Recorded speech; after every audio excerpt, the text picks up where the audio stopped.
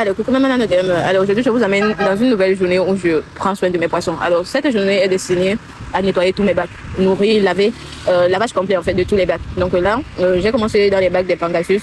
Pendant que vous visionnez la vidéo, je vais exactement vous dire pourquoi vous devez choisir la pisciculture en 2025 parce que c'est le business du moment, c'est incontestable. Alors, regardez juste les bacs que j'ai dans la vidéo. Ça, c'est un investissement minimum de 1,5 million en fonction des espèces qui sont dans ces bacs-là, d'accord? Donc, déjà, j'ai besoin juste de peu d'espace. J'ai besoin juste des bacs, comme vous pouvez voir dans les vidéos. J'ai besoin des alevins que uniquement les Indasa fait la reproduction.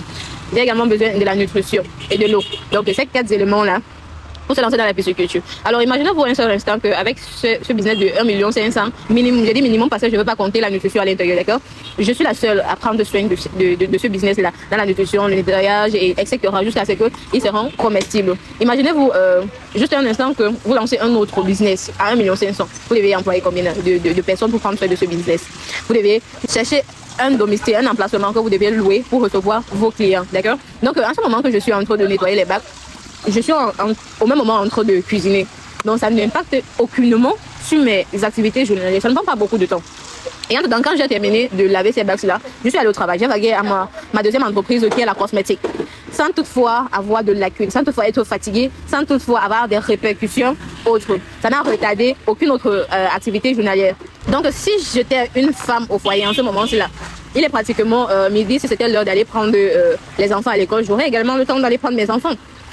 En outre, que vous soyez étudiant, que vous soyez fonctionnaire, la pisciculture c'est le business du moment. Vous pouvez l'initier en tant que plombier dans vos activités. Vous pouvez également le faire en tant que main activity. Là, il y a plumbing, experience ou alors il y a main job. Ça ne prend pas de temps. Vous avez largement l'espace de vivre une vie épanouie. Alors là, ce sont les bacs des Pangasus, comme vous pouvez voir dans la vidéo que je suis en train de nettoyer. Je fais un nettoyage complet de fond en comble. Le filet au-dessus du bac a son utilité, éviter les prédateurs, c'est-à-dire les oiseaux. Donc chaque fois que je vais juste nettoyer, je soulève le filet et puis je monte. Le fait super solide avec tout mon gros poids, avec toutes mes grosses fesses là. Je monte et puis j'entre dans le bac. Je nettoie tout simplement. Nourrir les poissons pour moi, c'est comme une thérapie. Un moment de passer entre moi et mon futur agent. Donc je sais également que si je ne le nourris pas, les objectifs à atteindre dans les prochains jours ne seront pas atteints, d'accord? Donc ça, ce sont en fait les alevins disponibles que nous livrons chez nos clients. Je prends personnellement soin de ces alevins. C'est-à-dire que chez l'Indasa, en fait, la qualité est au rendez-vous. Je tiens également à préciser à certains clients, vous voyez comment tout est rassemblé dans un même bac. Quand vous passez votre commande, on retire juste votre quantité. Si c'est 100 alevins, 200 alevins, 1000 alevins, 5000 alevins, on vient vous livrer. Tout ça, c'est la même souche. C'est le même peuple. Donc, il est inadmissible que soit à peut-être 500 poissons, 500 grammes, et vous êtes à 200. Ça veut dire qu'il y a quelque chose que vous faites qui n'est pas bien. Vous avez bugué quelque part. Ressaisissez-vous très vite. Mettez-vous au travail. C'est également la nourriture que vous donnez aux poissons qu'ils vous ramènent ça en tant que kilogramme. C'est impossible que les poissons mangent bien et puis ne vous donnent pas ça en tant que chair en fait.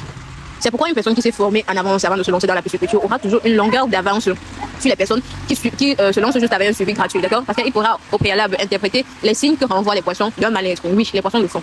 Quand ils sont mécontents d'un comportement, ils renvoient les signes. So, it was for you, la poissonnière aux longs ongles. En tout cas, I get it.